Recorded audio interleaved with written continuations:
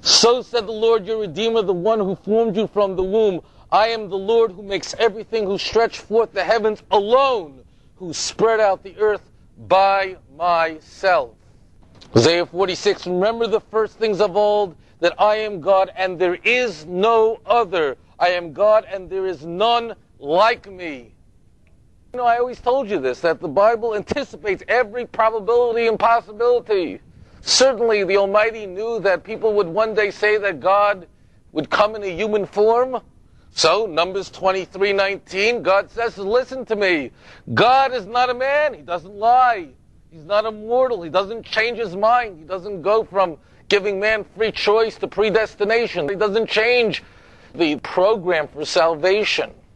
The Bible is very clear about this subject. When we look at messianic verses that deal with the Messiah itself, things even become more outstanding. If you would look in the Jewish scriptures, you would find that there are hundreds of verses that are considered messianic. The vast majority of them, however, do not deal with the Messiah personally, but more than 90% of them deal with the messianic age, and that's a very important principle. The vast majority of verses in the Jewish scriptures are not dealing with who the Messiah is. He's, relatively speaking, unimportant. What is important for us to know is, what is the messianic age going to be like? What is going to happen as a result of the coming of the Messiah? Don't think in your mind that the Jewish scriptures doesn't deal with the personal Messiah and there's just a messianic age. That's a great error. There are a handful of verses that all Jews and Christians agree are talking about the Messiah himself. The most famous of those verses comes from the book of Isaiah, chapter 11. Now, before we do this, it's important to understand that Christians believe that Jesus was co-equal, co-redeemer, co-eternal, co-creator with God the Father. The most primitive form of Christianity did not believe in the Trinity, but eventually this idea began to emerge, and emerged strongly in the early church as the 2nd and 3rd and 4th century were unfolding.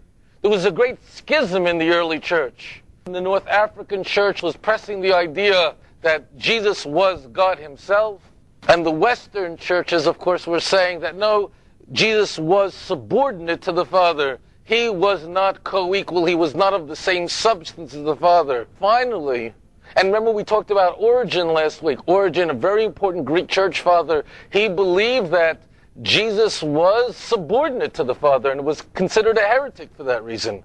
That's why he never made it to sainthood, for that Avera. But finally, when we come to the 4th century, that's the first time we find that the idea of the Trinity should become a part of church doctrine.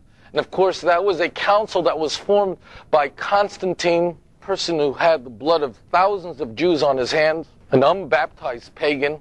Constantine, the first person to bring Christianity as the official religion of the Roman Empire. Constantine forms a council in Nicaea in 325 CE. And there it was debated, and there it was finalized, there it was considered church doctrine that you had to believe in the Trinity, and was reaffirmed again at the Council of Constantinople in the year 381 CE. It's very interesting, you know, when people who call themselves Hebrew Christians or Messianic Jews, they would stop and consider who are the ones who made these decisions for them. By the way, it was at that same council that it was decided which books of the New Testament would be part of the New Testament and which books would be Apocrypha. At that council, that's where it was decided as well. Who decided that Hebrews should be a part of the New Testament and the Gospel of Thomas should not? Where was that decided? At that same council of Nicaea. Isn't that silly? And these are Catholics. These are not Protestants. These are not Lutherans. These are not Messianic Jews, right? This is Moshe Rosen wasn't there. That's not where it was. Over there you had Catholics, and they were the ones who decided which books of the New Testament were considered of God, inspired, heaven-breathed, and which ones were considered outside of the canon. What's very, very interesting is many Christians, of course, will look to the Jewish scriptures and Jewish writings and say, we can prove to you. But they don't even look at that very simple verse that describes the Messiah himself. Remember, Christians believe that Jesus was co-eternal with the Father, of the same substance. If you look at the Nicene Creed, you look at the last page, it says there that the Father was 100% the Son and the Son was 100% the Father. They were the same. The problem becomes then, if you believe that, that means that Jesus was fully God. And if he was fully God, does God fear God? No. Someone fears himself, they put you in a straitjacket, right? According to the Jewish model, the Mashiach, the Messiah, is a human being, a righteous person, a person who is called a tzaddik, someone who God will give the understanding of righteousness and will fear God. And what's interesting is, if you look at Isaiah chapter 11, verse 2 and 3, it actually describes what he will be like. And the Spirit of the Lord shall rest upon him, a spirit of wisdom and understanding, a spirit of counsel and heroism, a spirit of knowledge and fear of the Lord. Verse 3 begins, and he shall be animated with the fear of the Lord. Why should the Messiah fear the Lord? I thought the Messiah is the Lord.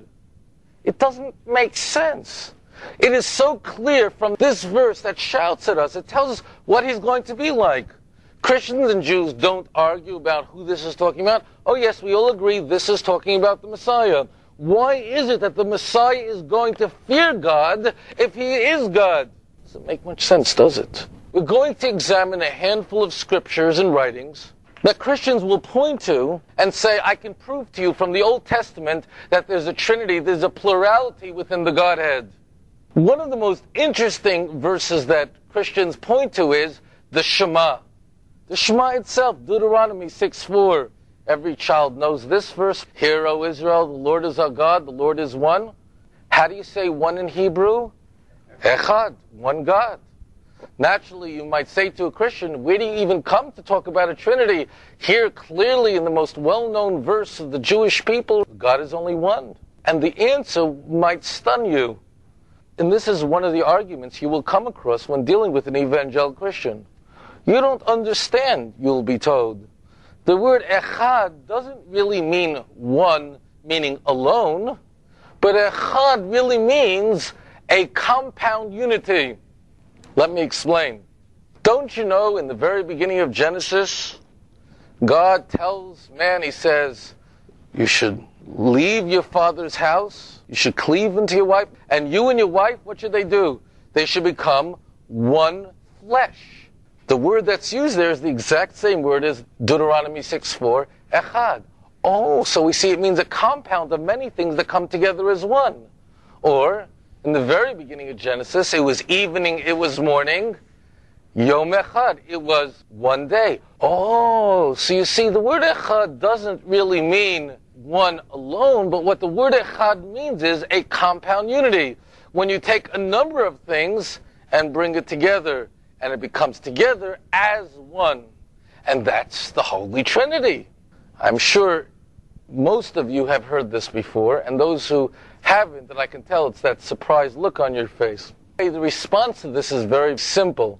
The word echad in the Hebrew language operates the way the word number one, O-N-E, operates in the English language. For instance, in the English language I can say that Jack and me, we're one. What does that mean? That means we have of a singular purpose. We're on the same team together. I could say that these chairs and the dinette table become one set of furniture that you would buy together in Macy's. And that's true. So the number one in the English language, O-N-E, can mean a compound unity. But also in the English language, I could say that I have one nose on my face. That means one.